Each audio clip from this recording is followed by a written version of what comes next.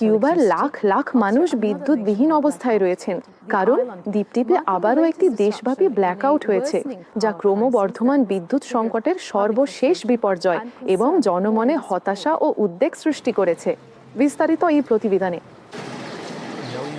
এক সপ্তাহে দ্বিতীয়বার দেশব্যাপী ব্ল্যাকআউটের পর কিউবার লাখ লাখ মানুষ এখনো বিদ্যুৎহীন।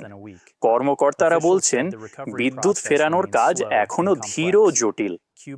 কিউবা বর্তমানে তীব্র বিদ্যুৎ সংকটে, মূলত জ্বালানি সংকট, মার্কিন নিষেধাজ্ঞা ও তেল সরবরাহে বিধিনিষেধ এবং জরাজীর্ণ অবকাঠামোর কারণে পরিস্থিতি আরও খারাপ হয়েছে। সাম্প্রতিক এই বিদ্যুৎ বিভ্রাটে ৯৬ লাখ মানুষ ক্ষতিগ্রস্ত হন। এটি ছিল ৬ মাসের চতুর্থ দেশব্যাপী ব্ল্যাকআউট এবং ২০২৪-এর শেষ থেকে এটি নবম ঘটনা। আপনি আগের দুইটি ব্ল্যাকআউট নিয়ে ভাবেন না, বরং এই ব্ল্যাকআউট এবং সামনে আরও যেগুলো আসতে পারে সেগুলো নিয়ে ভাবেন, কারণ এগুলো পুরো জনগণের ওপর ব্যাপক প্রভাব ফেলে। রাষ্ট্রীয় বিদ্যুৎ কোম্পানি জানিয়েছে, সীমিত জ্বালানি সরবরাহ এবং কারিগরি ত্রুটির কারণে গ্রিড পুনরুদ্ধার আরও কঠিন হয়ে পড়েছে।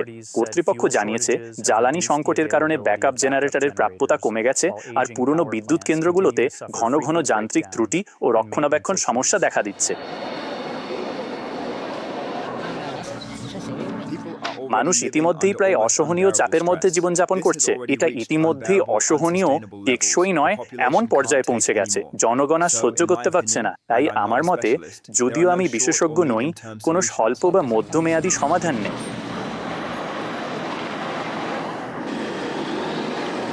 সাম্প্রতিক ব্ল্যাকআউট কিউবার জ্বালানি সংকট আরও বাড়িয়েছে, যেখানে মানুষ বারবার লোডশেডিং, বাড়তে থাকা হতাশা এবং স্থায়ী সমাধানের অনিশ্চয়তার মুখে পড়ছেন।